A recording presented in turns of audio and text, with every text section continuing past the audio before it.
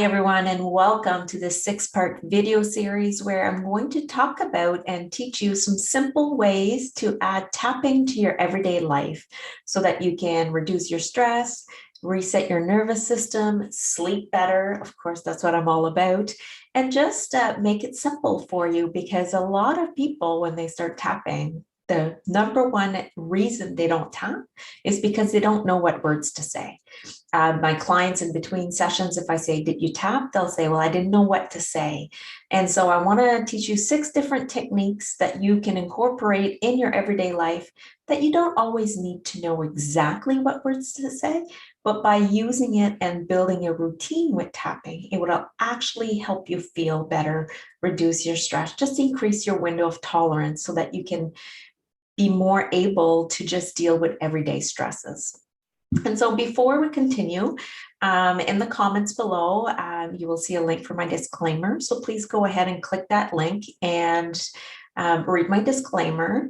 And I also want you to take responsibility for your own health and well-being. Anytime we do some tapping, we can activate our nervous system. We can actually have memories from the past pop up, but it's your responsibility as you're watching this to learn how to stay in the present moment and do some tapping so that you can actually deal with what is the stress of today. What I'm going to teach you right now is not about dealing with events from the past. It's about just how do we feel good today.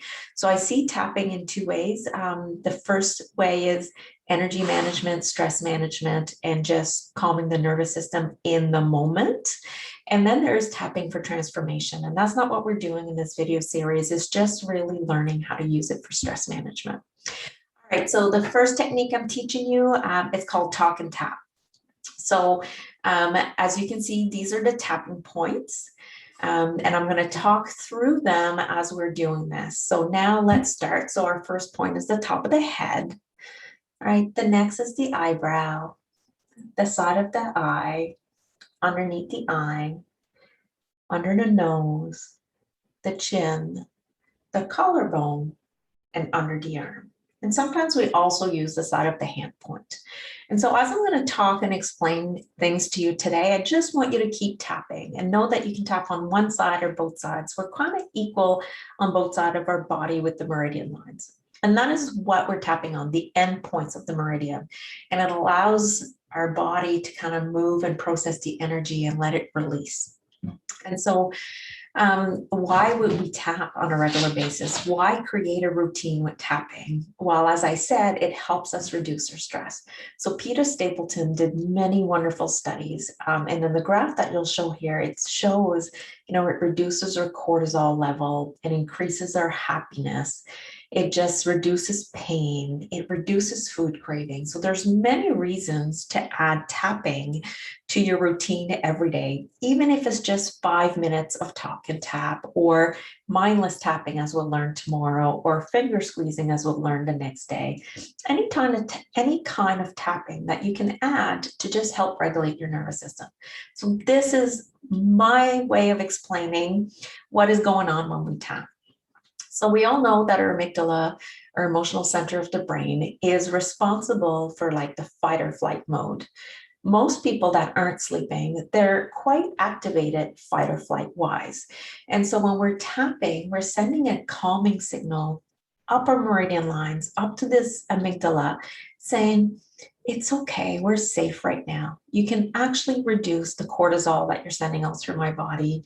You can stop sending all that adrenaline rush that you're giving me right now. My heart rate can calm down.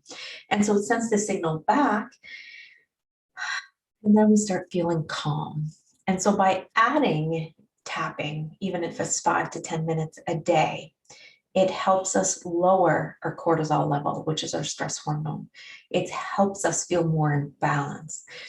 And it helps us sleep better because our mind is not as busy and active as it would be if we didn't do any tapping. And now I do tapping and meditation, journaling. Any mindfulness is really helpful to do in order to calm down that amygdala. Now, when would I use talk and tap?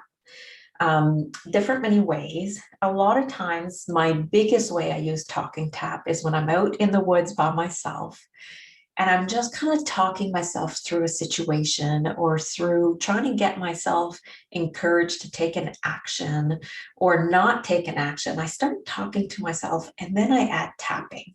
Because as I'm tapping, I'm getting clarity. So that's one way I use talk and tap. Another way could be that you're on a phone with someone and whatever they're saying is activating you. It's causing an emotion that you're not liking. If you just start tapping while you're with them on the phone, you'll process the emotion as it's coming up.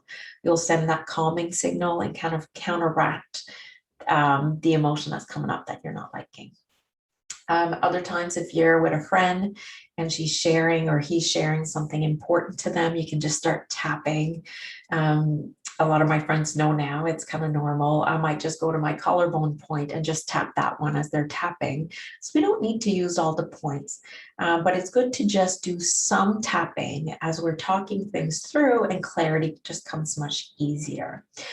So that's what I wanted to say about tapping and talk and tap. So I hope you enjoyed this video. I'll see you again tomorrow for day 2.